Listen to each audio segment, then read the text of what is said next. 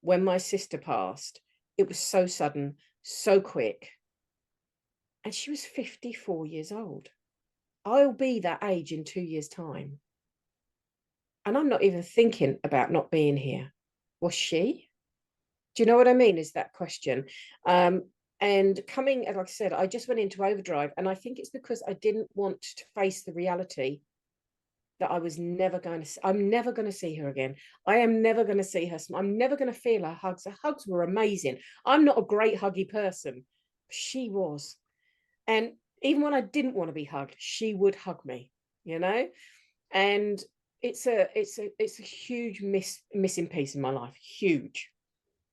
Um, but I also had this underlying feeling that she didn't want me to be like this, that she wouldn't have wanted me to live like that. And I also have this huge underlying feeling now that I'm left here for a reason, and that is to look after her children. Because when I was in my 20s and she had her first child, Ryan, in her later, she's about 26, I think.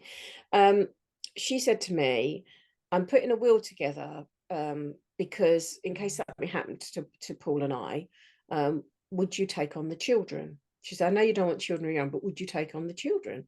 And I said, of course I would. You don't even have to question it.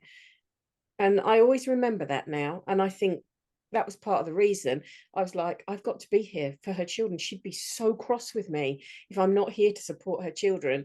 And I think that's what propelled me to get the help, actually, was just like, yeah, I feel awful.